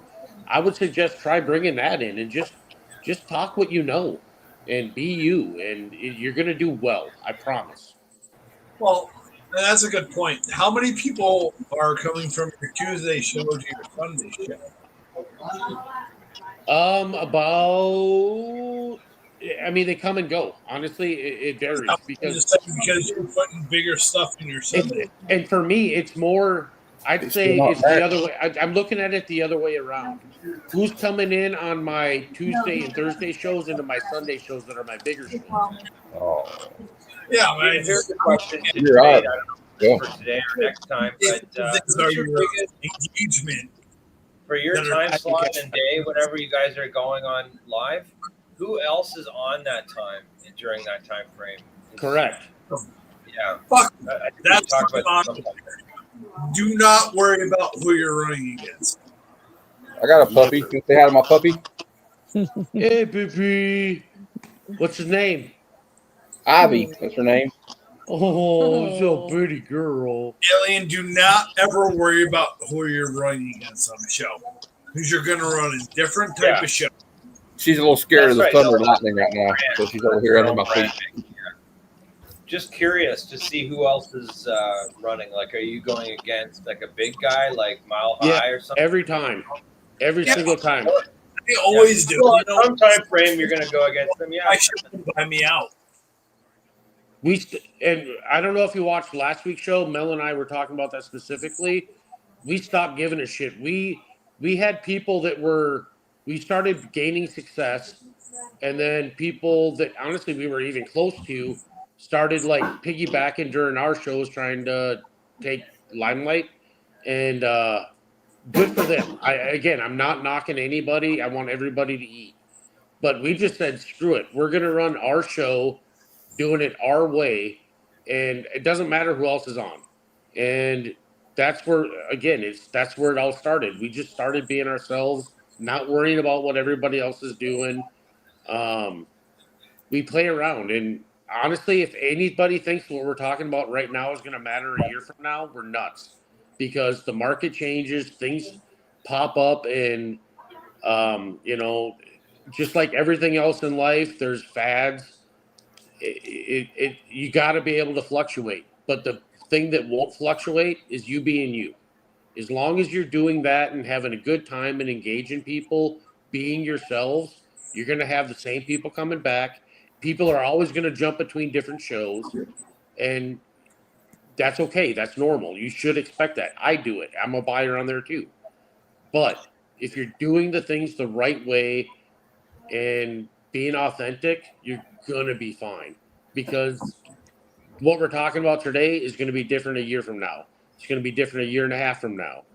And as long as you're you and you can adjust the dial to fit in with what's going on, it's going to be okay. You just got to pay attention to what's going on around you and still be you. Well, I mean, Alien, unless you're trying to run against people that you were in the same crowd with, you're running the same material, never worry about it. Because you're going to bring a different element to your show. And if you don't, Yes, 100%. Yeah. you're done anyway. It doesn't matter what Well, comics this is it. You got to build your brand. I agree with what Rick was saying and what you said earlier, Pilsner. And my advice too is just to, especially on the being genuine piece, like I don't even care who's coming in, who isn't, who's modding. I'll help them. I always shout out friends that are there. I treat everybody the same. And I'm trying to do it for fun because kind of done collecting, I think, guys, and that's why I'm selling now.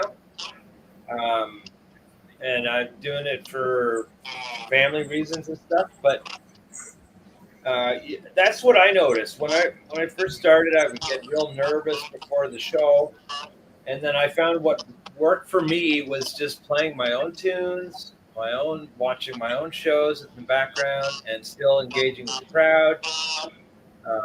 Shout out friends, and you learn as you go. And I've just been building my inventory up every week.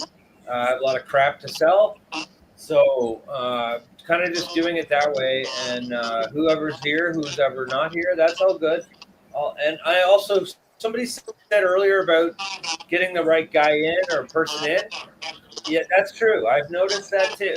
Like you get somebody in and then they just bang, bang, bang. Oh, you have this too? Okay, great. Throw that in. All right, we'll make a bundle. Well, yeah, because you can run the same book over and over until you get the collector. You're going to sit on it. I've run Silver Surfer, Punisher week after week. All of a sudden, I get the guy who needs to fill his run, and he bought every goddamn book. I mean, yeah, that's it. Right on. Does something. Well, here's the other thing that we can do that I think maybe we should maybe start. And that's the fact of, yeah, it goes to networking, but everybody that's part of this, get into everybody's show, whether you engage or not, and it helps to engage. But get in there, put it as an empty body. Even an empty body can help with numbers. Yep. Like Pilsner, I'm in Matt's show. Rick has come in. Alien is about you. You know, everyone go to Alien show. Everyone go to Richard's show. Everyone go to Pilsner's show. Everyone go to Matt's show. Everyone go to Bailey's show. Everyone go to everybody's show. And call each other out. When you see Yeah. these people popping in, like when Matt pops in or Pilsner pops in or Bailey pops in or Filthy pops in, you know, shout them out. Let them know. I mean, it matters because you do acquire a crowd. The show is part of the interaction. Yep. I'm nodding my head. Like, trust me, I was there pretty much from the beginning of most, well, maybe not Pilsner's, but Richard I was, Matt's I was, and Alien, I think I was there pretty damn early. Yeah, you're like one of the first friends I met on Whatnot. Did you see me Smash Slabs? Yes, I have seen Smash Slabs, yes. Well, that was you were there pretty early. I'm just the point is look, guys, we're talking about networking, yeah. Do it.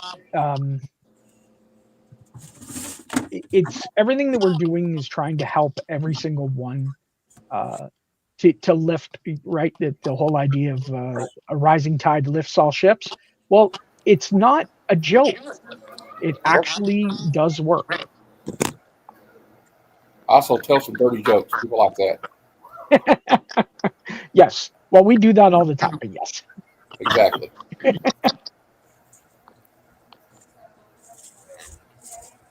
And so, everyone, we're getting near the the 2 hour mark. Richard, let everyone know where they can find you, what you're doing, and whatnot. Perfect. I am on Whatnot. Richard _ Soder. That's SODER. Me and my wife Oh, Melissa. We are we sell Sundays Hi, everybody. afternoons, and Tuesdays we do trivias, and like a Thursday I'll do a pop-up show just to fuck around. And yeah, it's a fun show. We play good music and we have a good time. Everybody's laughing, everybody's giving each other shit. If you're sensitive, I would say don't avoid it. Come in and Just Trigger follow warning. me, Rick. What's that, I Matt? try to follow Trigger everyone here warning. that I'm not following already. Pilsner, how do I find you, buddy? Oh, we're just gonna go around the horn, but yeah, Pilsner's Oh, Pilsner are we? Props. Okay, so sorry. Yeah, no worries. Oh, we lost Pilsner. Okay, Alien, tell everyone where they can find you, where you can get everybody, or where everyone can get your stuff. Awesome. Thanks, Flatter. Hey, Pilsner. Sorry, it logged me out Just say, because I wanted to follow you guys. um, Followed on Wednesdays. Man, I think that's about it. Okay. how do I find you on Whatnot? Same name, Pilsner Props. Pilsner Pops. Okay, I found you, buddy. And Sweet. Matt, what about you? How do I find you? Heroes for Hire? Yeah, it's instead of like the on Whatnot, it's the 4 instead of FOR on Whatnot, it's Heroes number 4 for Hire Comic Club. Number. Okay. Yeah. And then I'm on YouTube too, so Heroes for Hire. same name. We'll say I hi. found you, buddy. I'm gonna follow all. Hey, you want to see my little I'm cousin, guys? following He's Flat alive. Earth already. Anyway, guys, you Hey. can hit me up on Alien Warrior 75 on Whatnot, and also aliencomics.ca. Thanks to Flat Earth for setting this up, and I've been listening to the shows the last few weeks. Yeah. Thanks and for letting me be a part of this, guys. Appreciate Awesome. you, Alien. Yeah, Uh, good to meet you. Matt, let them know where you're at, where they can find you. Okay, this is like the part that takes 30 minutes. Okay, so we got 10 minutes. We got 10 minutes. Tomorrow this is for YouTube. Tomorrow at 12:30 p.m. Eastern, Good Cinema presents The Blues Brothers, starring Dan Aykroyd and the late great John Belushi. Also, you got Princess Leia in it, packing a M16. So I mean, it doesn't get any cooler than that. And you got Ray Charles, Aretha Franklin, all them in it. I do a Sunday show. I do 2 Sunday shows. Hold on. Yeah, I can type it out. We'll put Heroes for the letter. Yeah, I'll get it. I'll do it, Matt. Yeah. Then I have 2 Sunday That's got super shows. long I have a Whatnot Sunday Super Show extravaganza where we have dollar starts, and I might do a flat rate box sale today. It'll be that day. It'll be 11 a.m. Eastern time, and then at 6 p.m. Eastern time on YouTube, we have the Sunday Super Show extravaganza where we go over the new Comic Book Day previews, the trending comics of the week, and my favorite segment, and I think Glenn likes it too, out of context panels of the week, where we show an old comic panel, a single comic panel that can be taken wildly out of context. Usually it's an Archie comic or a Jimmy Olsen comic or Lois Lane. Because they're just like it's a gold mine of material.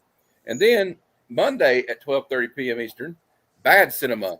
And this week we got a doozy. I don't know if you remember the cult 80s horror classic, The Stuff, about the yogurt that turns people into monsters. Great movie. So that'll be Monday, and then Tuesday I have another interview show. My interview show is Comic Conversations. That'll be at 8 p.m. Eastern on Tuesday, and my guest will be my French Canadian friend Jean Malot. He's a big Space Ghost fan, so I assume we'll be talking a lot about Space Ghost, and which is it was fine by me because I love Space Ghost in any form. Space Ghost, Coast to Coast, whatever the comic book. Anyway, and then Thursday. After this Thursday, the next Thursday for Good Cinema will be The Right Stuff, starring Ed Harris. So that's going to be a good. I can't wait. What I do with that show is I just come up with movies that I want to watch, and all you guys are invited as always to the Comic Lounge at Thursday at 7 p.m. Eastern. We just hang out and bullshit, kind of like this. And Mr. Pilsner.